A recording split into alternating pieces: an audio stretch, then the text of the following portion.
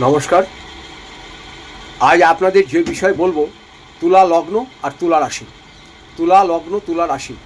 এই তুলা লগ্ন, তুলা রাশি, আপনারা বিগত দিনে এত কষ্ট করেছেন, কিন্তু আপনারা কারোর সঙ্গে কিন্তু খারাপ ব্যবহার করেননি। আপনি একটা কথাই মনে মনে ভেবেছেন, ঈশ্বর আমার মাথার উপরে আছে, ঈশ্বর আপনি বিশ্বাস করেন। এই তুলা লগ্নের যে সন্তানদের নিয়ে কি অশান্তিতে ছিলেন, একমাত্র ঈশ্বর ছাড়া কেউ জানে না।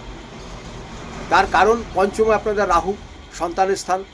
সন্তানরা আপনার অবাধ্য এবং সন্তানদের অনেক রকম অঘটন ঘটেছে, এবং তার জন্য আপনারা বাড়িতে এত অশান্তি, এত দুর্যোগ গেছে, যেটা আপনারা কেউ কল্পনা করতে পারেন নাই। তাই বলবো, তুলা লগ্ন বা তুলা রাশি যাদের আছেন, ঈশ্বরের উপরে আপনার ভরসা রাখবেন। এবং যতগুলো 12টা রাশি এবং লগ্ন আছে, সব থেকে তুলা লগ্ন এবং তুলা রাশির ভারসাম্য সবসময় বজায় রাখে। সংসারে সবার সঙ্গে মিলেমিশে চলে, বাড়ির আশপাশে যারা আছে সবার সঙ্গে ভালো ব্যবহার করে থাকে, কিন্তু তাও যেন তাদের সারা জীবন ঘাত প্রতিঘাতের মধ্যে দিয়ে চলতে হয়। এরা ঈশ্বর বিশ্বাসী হয়, ঈশ্বর বিশ্বাসী হওয়ার পরেও তার যেন মনে হচ্ছে আমি এত ঈশ্বরকে ডাকছি, ঈশ্বরকে এত কিছু বলছি, ঈশ্বর যেন আমার দুঃখই আর যাচ্ছে না।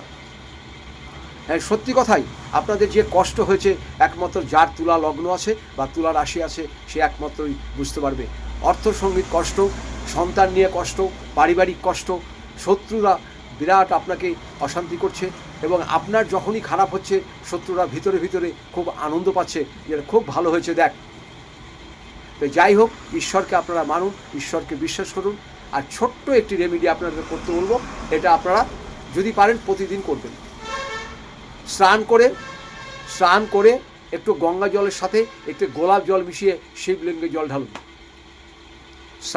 স্নান করার পরে একটু গঙ্গা জলের সাথে একটু আপনারা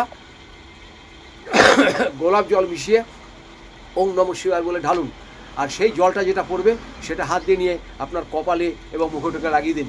দেখবেন আপনি অনেক ভালো থাকবেন, অনেক সুস্থ থাকবেন। এরপরে যদি মনে হয় আমার সাথে যোগাযোগ করবেন, আমার নিচের নাম্বারে যোগাযোগ করবেন। ভালো থাকবেন, নমস্কার নেবেন।